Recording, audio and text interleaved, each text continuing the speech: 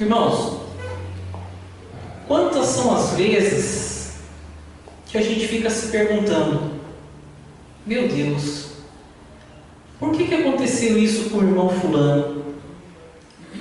Senhor, por que o irmão ciclano tem passado por essa situação? Ou então, às vezes, a gente mesmo: meu Deus, por que eu tenho passado por isso? Eu estou na tua casa, eu não falto aos domingos, eu estou te buscando. Por que eu tenho passado por essa aflição? Por que eu tenho passado por esse problema? Se fosse até um incrédulo passando por isso, eu falava para ele que faltava Jesus. Mas eu passando por esse problema, Senhor, o que acontece? Quantas são as vezes que a gente já fez essa indagação para Deus? Não é? Mas vamos entender o porquê que isso acontece. Isaías 48, a partir do versículo 1, começa dizendo assim: ouvi isto, casa de Jacó, que vos chamais pelo nome de Israel, e saístes da linhagem de Judá, que jurais pelo nome do Senhor, e confessais o Deus de Israel, mas não em verdade nem em justiça. Da santa cidade tomam nome e se firmam sobre o Deus de Israel, cujo nome é Senhor dos Exércitos. Vamos ler mais uma vez o versículo 1, irmãos. Ouvi isto, casa de Jacó, que vos chamais pelo nome de Israel, e saíste da linhagem de Judá, que jurais pelo nome do Senhor, e confessais o Deus de Israel, mas não em verdade nem em justiça. Irmãos, Deus, através do profeta Isaías, falou para a igreja isso aqui. Essa palavra foi falada para os filhos de Jacó, para o povo de Deus. Essa palavra, quando Deus usou o profeta Isaías, ele não falou para quem não conhecia o Deus vivo. Ele falou para os filhos de Deus, para aquelas pessoas que estavam buscando a Deus. Eles juravam pelo nome do Senhor, mas não em verdade nem em justiça. E o que nós temos visto no dia de hoje? Quantas são as pessoas que estão na casa de Deus, estão frequentando os cultos, estão louvando a Deus, confessando o nome do Senhor, mas da boca para fora? Quantas são as pessoas que fazem isso da boca para fora? Para a gente continuar, deixa marcado Isaías 48, mas volta um pouquinho para Isaías 29, para a gente entender melhor. Isaías 29, é só você voltar algumas páginas aí. Mas deixa marcado que a gente vai continuar no 48, tá ok?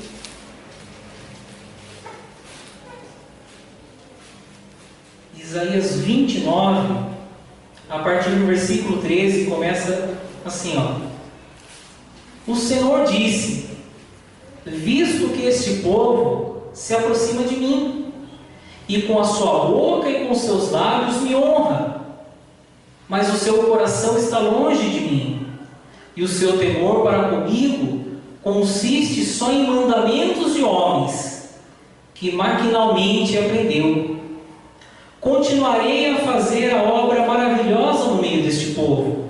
Sim, obra maravilhosa e um portento, de maneira que a sabedoria dos sábios perecerá, e a prudência dos seus prudentes se esconderá.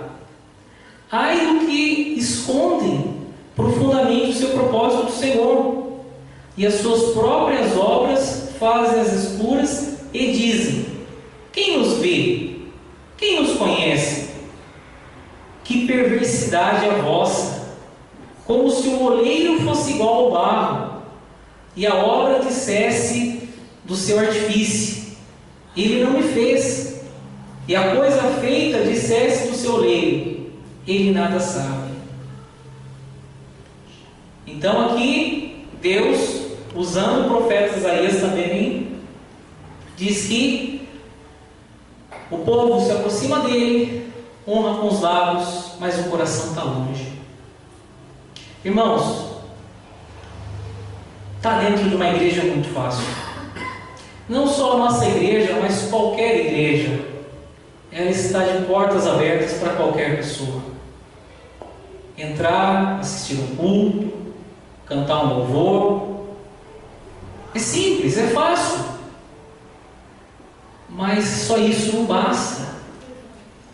Nós temos que servir a Deus de todo o nosso coração. Nós temos que buscar a Deus em verdade, não somente com os nossos lábios. Diz assim, vou ler novamente o versículo 13. O Senhor disse: visto que esse povo se aproxima de mim, e com sua boca e os seus lábios me honra, mas o seu coração está longe de mim. E o seu temor para comigo consiste em mandamentos de homens que maquinalmente aprendeu. Quantas são as pessoas que aprenderam que todo domingo tem que estar na igreja? Quantas são as pessoas que aprenderam: olha, eu devo amar o meu irmão, eu devo amar o meu próximo, eu devo amar a Deus? Ela aprendeu isso, ela faz esse discurso, mas ela não pratica. Irmãos, servir a Deus são todos os dias, 24 horas por dia. Ser crente dentro da igreja é a coisa mais fácil que existe. Mas nós temos que ser crente, irmãos, lá no nosso trabalho. Nós temos que ser crente na nossa casa, com a nossa família, lá na escola. Nós temos que mostrar para os incrédulos o nosso Deus através das nossas atitudes. E não somente com as palavras dentro da igreja. Talvez você fale para o incrédulo: olha, se você morrer, você vai para o inferno, hein? Mas e nós? O fato de nós estarmos dentro da igreja, o fato de nós estarmos participando desse culto nesse momento, não garante a nossa salvação. Nós estamos aqui reunidos, nós já louvamos, nós já oramos, nós já apresentamos a nossa oferta, mas tudo isso não garante a nossa salvação se nós não estivermos fazendo isso em verdade. De nada adianta isso se, a hora que eu sair da igreja, eu for praticar coisas erradas. Eu vou sair da igreja, chegando em casa eu vou tomar uma cervejinha, chegando em casa eu vou acender um cigarrinho. De nada adianta disso, irmãos. Não é isso que Deus quer. Talvez tenha pessoa que fala: então já que é assim, eu não preciso mais ir para a igreja. Não, irmãos, não é isso. Não é você largar a igreja, é largar a atitude errada. No versículo 15 aí do capítulo 29 diz: ai dos que escondem profundamente o seu propósito do Senhor, e as suas próprias obras fazem à escura, e dizem: quem nos vê? Quem nos conhece? Irmãos, nós já comentamos aqui, já foi pregado, não existe nada escondido. Opa, lá no meu serviço, ninguém está vendo, eu vou passar a mão lá no dinheiro, vou passar a mão numa mercadoria. Talvez você pense no seu coração: ninguém está vendo, quem me vê? Quem me vê? E aí no versículo 16, olha o que Deus diz: que perversidade é vossa. Opa, estou aqui escondidinho, minha esposa não está vendo, o pastor da igreja não está vendo, o irmão não está vendo, e lá no meu serviço eu fico de frescura com uma colega de trabalho, fico de caso com uma outra mulher. Ninguém está vendo. Olha que maravilha, eu posso fazer isso, ninguém está vendo. A Bíblia diz: que perversidade é vossa. Porque Deus ele está vendo. Deus ele está vendo. Pode ser que ninguém esteja vendo nessa face da terra, mas Deus ele está. E olha só o que a palavra de Deus diz. Quando nós fazemos coisas escondidas e achamos que ninguém está vendo, por que a Bíblia fala que é uma perversidade? Continua o versículo 16 dizendo: é como se o olheiro fosse igual ao barro. Quando nós, irmãos, fazemos alguma coisa de errado e achamos que ninguém está vendo, é como se nós quiséssemos se igualar a Deus. Cometemos um pecado de fazer a coisa errada e cometemos o segundo pecado, querendo se igualar a Deus. Vamos voltar lá no capítulo 48 de Isaías. No capítulo 48. A gente leu o versículo 1 e 2, vamos continuar a partir do versículo 3. Diz assim: as primeiras coisas, desde a antiguidade, as anunciei. Sim, pronunciou-as a minha boca, e eu a fiz ouvir. De repente agi, e elas se cumpriram. Porque eu sabia que eras obstinado, e a tua cerviz é um tendão de ferro, e tens a testa de bronze. O que Deus está querendo falar aqui com a gente? Ele está dizendo que as primeiras coisas, desde a antiguidade, Ele anunciou. Todos nós, irmãos, desde pequenos, por mais que não conhecêssemos a Jesus, não importa de qual religião, qual igreja veio a nossa família, mas todos nós aprendemos que devemos honrar pai e mãe, todos nós aprendemos que não devemos roubar, devemos amar a Deus acima de todas as coisas. E quando a gente conheceu a palavra de Deus, nós aprendemos mais coisas. Que eu devo guardar o meu coração, que o meu coração ele não pode estar sujo com mágoa, com rancor, com ressentimento. Nós aprendemos que sexo antes do casamento é prostituição. Nós aprendemos também que sexo fora do casamento é adultério. Nós aprendemos muitas coisas do que é certo, do que é errado, de como devemos agir. E no versículo 4, Deus fala: por que desde antigamente já se ensinava isso? Porque eu sabia que eras obstinado. O significado de obstinado é teimoso. O significado de obstinado é teimoso. Porque eu sabias que eras teimoso, e a tua cerviz é um tendão de ferro, e tens a testa de bronze. Cerviz de ferro, cerviz, e a tua cerviz é um tendão de ferro. O que é o significado disso? Cerviz com um tendão de ferro, cerviz endurecida, é aquela pessoa que ela não se curva, que ela não se prostra. E o que a palavra de Deus está querendo mostrar para a gente? Desde antigamente, eu te ensinei, eu mostrei o que é certo e o que é errado. Sabe por que eu já fiz isso desde antigamente? Porque você é teimoso. Se fosse nos dias de hoje, a gente ia falar assim: porque você é um cabeça dura. Eu estou mostrando para você o caminho certo e você está indo para o caminho errado. Eu estou mostrando que é para você ir por aqui e você teima em ir por aqui.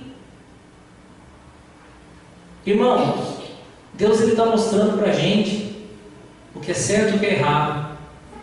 Só que infelizmente, nós seres humanos insistimos em pegar o caminho errado.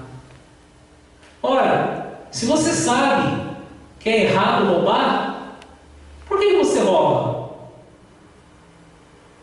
Se você sabe que é errado se prostituir, por que você se prostitui?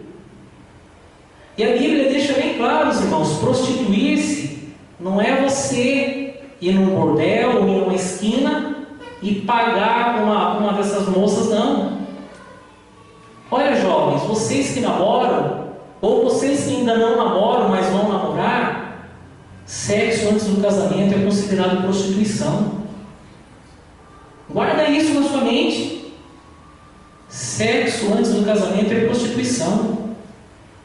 Vou namorar, vou me resguardar até o meu casamento. Irmãos e irmãs que são casados, sexo fora do casamento é adultério. Eu tenho um amante.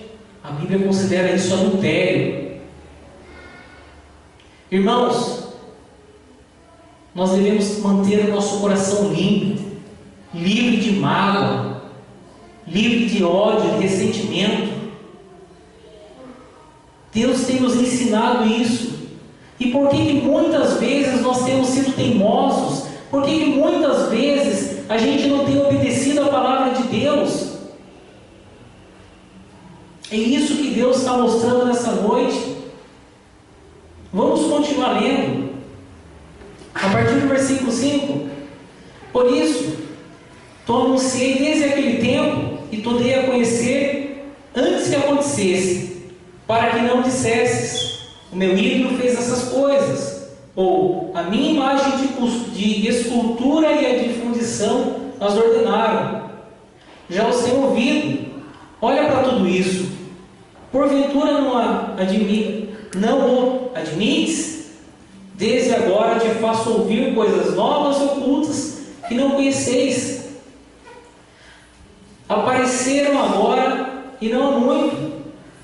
E antes desse dia delas não ouviste, para que não digas, eis que eu já sabia. Tu nem as ouvistes, nem as conhecestes, nem tampouco antecipadamente se te abriram os ouvidos, porque eu sabia que procederias muito perfidamente, e era chamado de transgressor desde o ventre materno. Por amor do meu nome, retardei a minha ira, e por causa da minha honra, me conterei para contigo, para que não te venhas a exterminar. Irmãos, por mais que nós estejamos fazendo tudo de errado, por mais que a gente esteja ouvindo o que é certo e sendo teimoso, sendo cabeça dura, sendo desobediente, Deus ele ainda é misericordioso. Deus ele ainda é misericordioso e permitiu a cada um de nós estarmos aqui nessa noite para ouvir isso. E ele fala que por amor do nome dele. E no versículo 10 diz: eis que te acrisolei, mas disto não resultou prata. Proveite na fornalha da aflição. Esse termo aqui, eu particularmente nunca tinha ouvido falar, acrisolei. E eu fui pesquisar o que é isso. Isso daqui, acrisolei, é um processo de purificação da prata. A prata é um metal lá da terra. Quando é extraída a prata, antes dela se tornar pura, tem que passar por esse processo aí de acrisolamento. E quando a prata é passada por esse processo, é tirado as impurezas, é tirado as imperfeições, tudo aquilo que não é bom é arrancado fora e sobra a prata pura. E o que Deus mostra aqui para a gente? Que Ele é rico em misericórdia. E Ele quis nos purificar. Mas não foi achado nada bom na gente. Eis que te acrisolei, mas disto não resultou prata. Ou seja, Deus ele tentou nos purificar, mas não resultou nada de bom. E continua dizendo no versículo 10: proveite na fornalha da aflição. Então, irmãos, quando nós começamos a pregação falando por que às vezes nós nos indagamos a Deus, Deus, o porquê dessa situação? Deus, por que está passando? Por que eu estou passando por isso? Por que eu estou passando por essa aflição? Irmãos, é Deus nos dando uma chance para que nós possamos abrir os nossos olhos, para que nós possamos nos arrepender dos nossos pecados. Deus, Ele, como nós falamos, Ele é rico em misericórdia. Ele quer nos perdoar, Ele quer nos purificar, para que nós sejamos verdadeiros adoradores. Mas tudo isso depende de nós. Se nós obedecermos a palavra dEle, se nós seguirmos os seus mandamentos, se Ele mandou ir por aqui, eu vou por aqui, se Ele mandou ir por lá, eu vou por lá, nós vamos ser livres dessas aflições. Significa que eu não vou ter mais problemas? Não, de maneira nenhuma. Problemas todos nós iremos ter, todos nós iremos passar. Mas existem, irmãos, determinadas situações que poderiam ser evitadas de nós passarmos por isso. E são dessas determinadas situações em que eu estou falando. Só que, irmãos, para a gente se arrepender, a gente tem que renunciar. Nós temos que renunciar. Renunciar à nossa vontade, renunciar ao nosso eu, renunciar à nossa carne, renunciar ao que for preciso. Olha, vamos continuar lendo mais. A partir do versículo 11. Por amor de mim é que faço isso. Porque como seria profanado o meu nome? A minha glória não a dou a outrem. Dá-me ouvidos, ó Jacó, e tu, ó Israel, a quem chamei. Eu sou o mesmo, sou o primeiro e também o último. Também a minha mão fundou a terra, e a minha destra estendeu os céus. Quando eu chamar, eles se apresentarão juntos. Ajuntai-vos todos vós e ouvi. Quem dentre eles tem anunciado essas coisas? O Senhor amou a Ciro e executará a sua vontade contra a Babilônia, e o seu braço será contra os caldeus. Eu mesmo tenho falado, também já o chamei. Eu trouxe e farei próspero o seu caminho. Chegai-vos a mim e ouvi isto. Não falei em segredo desde o princípio. Desde o tempo em que isso vem acontecendo, tenho estado lá. Agora o Senhor Deus me enviou a mim e ao seu Espírito. Assim diz o Senhor, o teu Redentor, o Santo de Israel. Eu sou o Senhor, o teu Deus, que te ensina o que é útil e te guia pelo caminho que deves andar. Ah, se tivesse dado ouvido aos meus mandamentos, então seria a tua paz como um rio, e a tua justiça como as ondas do mar. Também a tua posteridade seria como areia, e os teus descendentes como os grãos da areia. O seu nome nunca seria eliminado, nem destruído diante de mim. Sai da Babilônia, fugi de entre os caldeus, e anunciai isso com voz de júbilo. Proclamai-o, e levai até o fim da terra. Dizei, o Senhor remiu a seu servo Jacó. Não padeceram sede quando eles os levavam pelos desertos. Fez-lhe correr água na rocha, fendou a pedra e as águas correram. Para os perversos, todavia não há paz, diz o Senhor. Amém? Amém? Irmãos, é Deus que nos orienta, é Deus que está mostrando essa palavra, que está nos ensinando que é útil. Nós poderíamos muito bem estar falando, olha, você que quer ser rico, você que quer ser isso, você que quer aquilo. Mas nós estamos falando aqui, irmãos, não é das riquezas materiais, mas é da maior riqueza que existe, que é a nossa salvação. Aleluia. Amém? Nós estamos falando acerca da salvação. Deus, Ele quer salvar todos nós. Se estamos todos nós nessa noite aqui, é porque Ele escolheu a cada um de nós para ouvir essa palavra. Para ouvir essa palavra. No 17 diz assim, vamos ler novamente: assim diz o Senhor, o teu Redentor, o Santo de Israel. Olha o que Deus fala para a gente.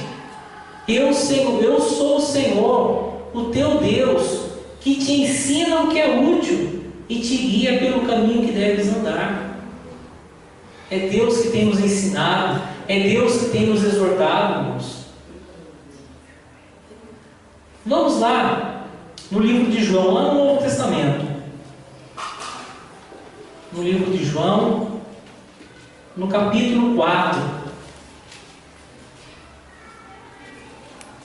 4:22.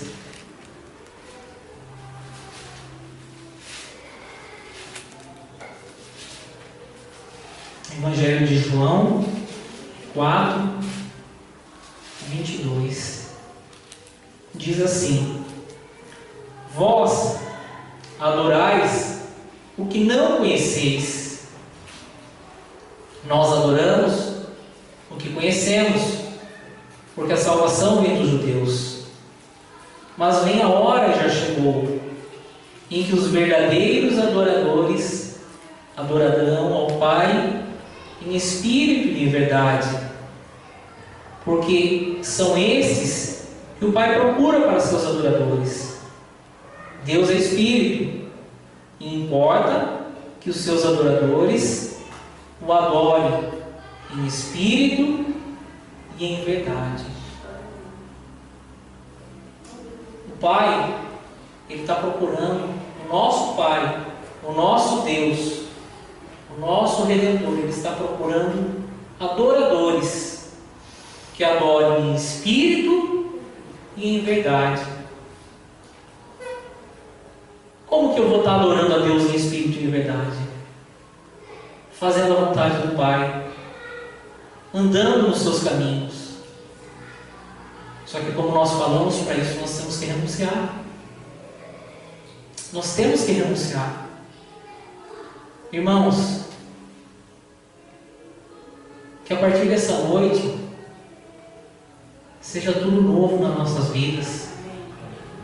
Só que para que isso aconteça, depende de cada um de nós. Deus, Ele é rico em misericórdia. Deus, Ele é misericordioso. Mas nós temos que confessar os nossos pecados diante do Pai. O que eu tenho feito de errado? Poxa, lá no meu serviço eu andei roubando, eu andei desviando algumas mercadorias, eu andei pegando lá o dinheiro do caixa. Então nessa noite, daqui a pouco, a gente já vai terminar a pregação e nós vamos orar. E nós vamos pedir perdão a Deus. E na sua oração você vai falar: Senhor, me perdoa, Pai. Eu roubei lá. Eu roubei o meu patrão. Eu peguei aquele dinheiro. O Senhor sabe que eu estava necessitando, mas eu fiz algo que era errado, Senhor. Me perdoa. Senhor, eu quero ser lindo. Eu quero ser um verdadeiro adorador. Pai, eu quero ter o meu nome escrito no livro da vida.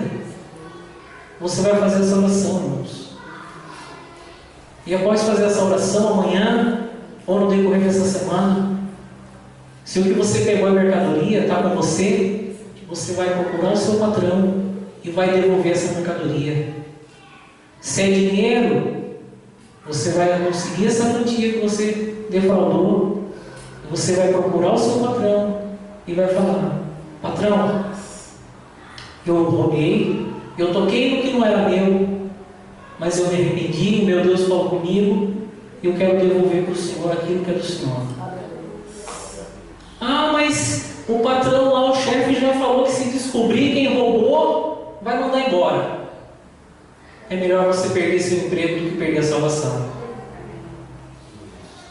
Olha, eu tenho um caso com uma outra pessoa, eu eu sou uma pessoa casada, mas eu tenho um caso dessa pessoa fora do casamento, extraconjugal. Então você vai falar para Deus, você vai pedir perdão para Deus e você vai acabar com esse caso. Ah, mas essa amante falou que vai procurar minha esposa, vai procurar o meu esposo e vai contar tudo. Antes dela contar tudo, você primeiro vai procurar o seu cônjuge, o seu marido, a sua esposa e vai contar o que está acontecendo. Olha, eu tenho uma namorada e a gente está com o casamento marcado para casar, mas já temos relações sexuais. Então você vai dobrar os joelhos, vai pedir perdão para Deus e você vai procurar seu namorado e vai falar: olha, acabou, segue agora só depois do casamento. Olha, o meu problema é o meu coração sujo, é uma mágoa, o meu problema é o ressentimento. Então você vai dobrar os seus joelhos e vai pedir para Deus perdão. Deus me perdoa, Senhor. Eu sei que eu estou com o coração sujo por causa daquela pessoa, a minha vontade é de grudar no pescoço dela, é matar ela, mas Senhor, me perdoa. Tira esse desejo do meu coração, me lava, Senhor, me limpa. E você vai procurar essa pessoa e vai pedir perdão para ela. Irmãos, perdão é renúncia. A gente quer seguir a Deus, a gente tem que renunciar.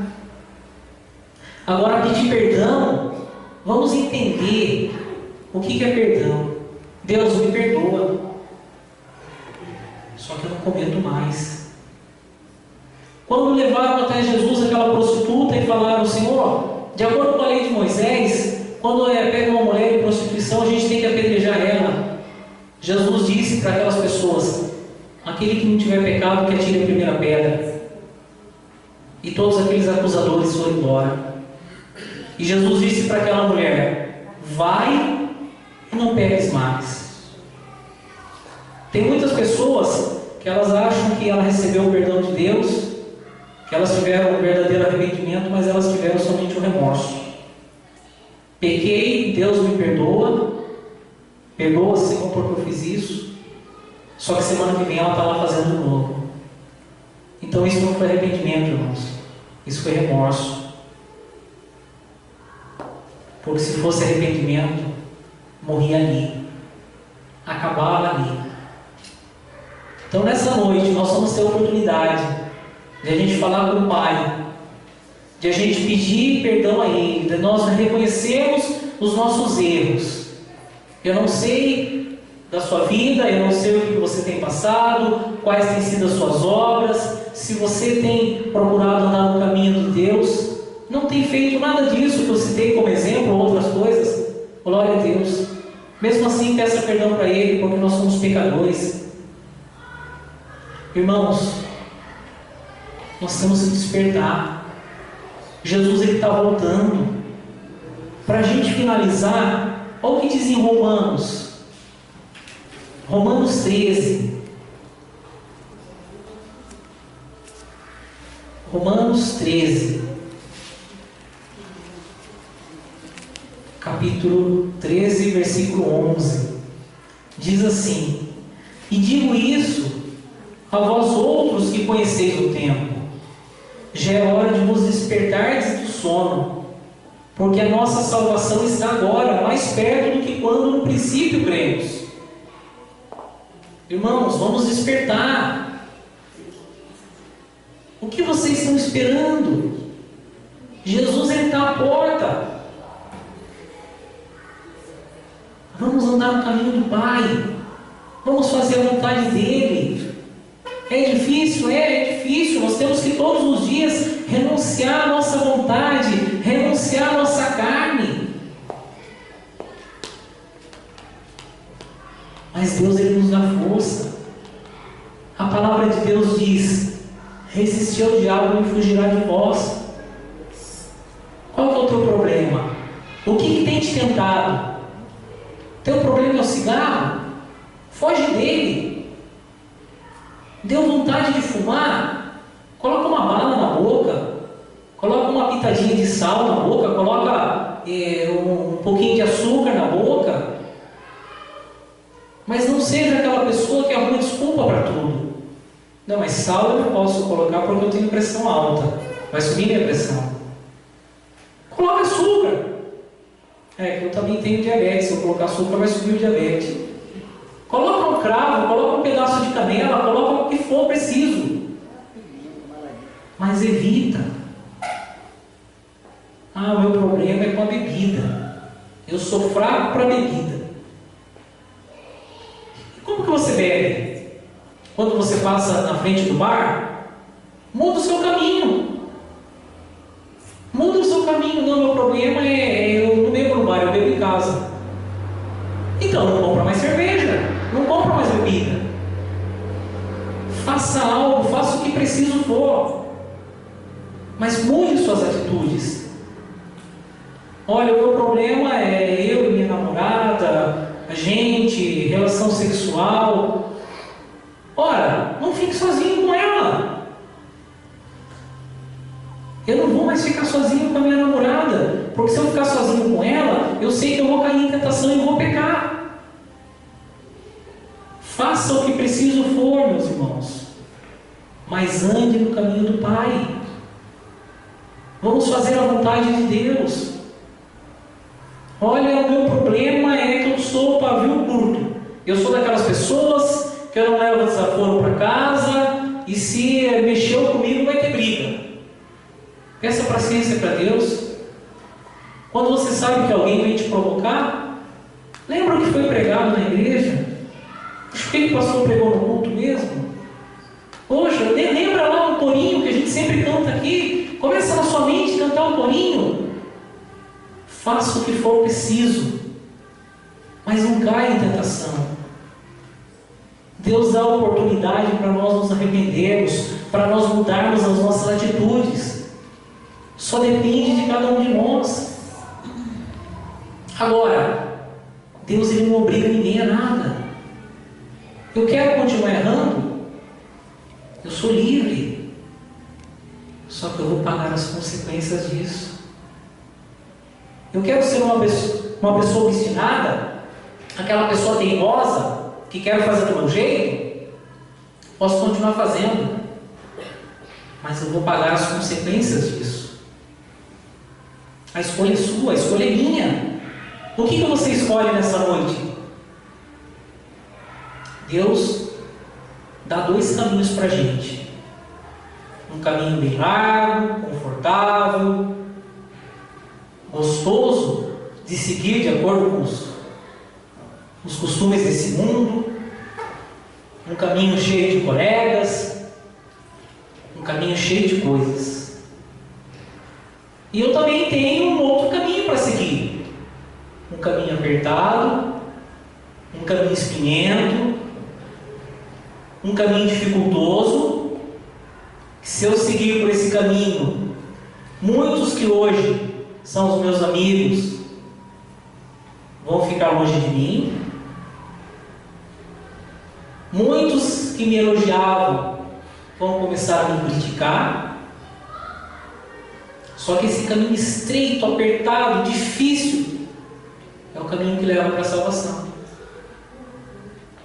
Então, nessa noite, Deus coloca para cada um de nós qual o caminho que nós queremos seguir. Cabe a nós a escolha. Amém? Amém. Então nós vamos orar. Nós vamos orar. Se você quiser ficar de pé, você fica. Se você quiser ficar sentado, você fica. Quer dobrar seus joelhos? Pode dobrar. Quer ficar no seu lugar? Fique. Quer vir aqui na frente? Fique. Fique à vontade. Irmãos, mais uma coisa eu falo para vocês. Não tenha pressa de falar com o Pai. Eu percebo que a igreja ela é apressada na hora da oração. Se a oração durar mais do que 5 minutos, a igreja fica impaciente. Não tenha pressa não. Porque na eternidade nós vamos ficar o tempo todo com o Pai. E se hoje eu tenho pressa de falar com o Pai, como que eu vou viver na eternidade no céu?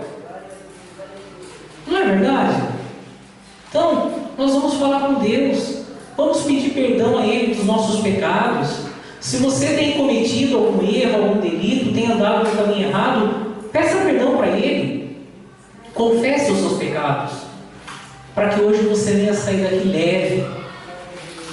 Talvez você tenha entrado na igreja, assistido o culto, ido embora para sua casa. Entra pesado, sai pesado, porque tem alguma coisa que te acusa. Confessa seus pecados nessa noite. Eu tenho absoluta certeza que você vai sair daqui hoje leve. O peso que está na sua consciência, o peso que está na sua vida, Deus Ele tira. Esse fardo Deus arranca nessa noite. Amém? Vamos orar então, irmãos? Vamos orar. Fique à vontade aí. Fale com o Pai. Não dependa da minha oração, da oração dos pastores. Não dependa de ninguém. Mas fale com Ele agora. Amém? Vamos orar?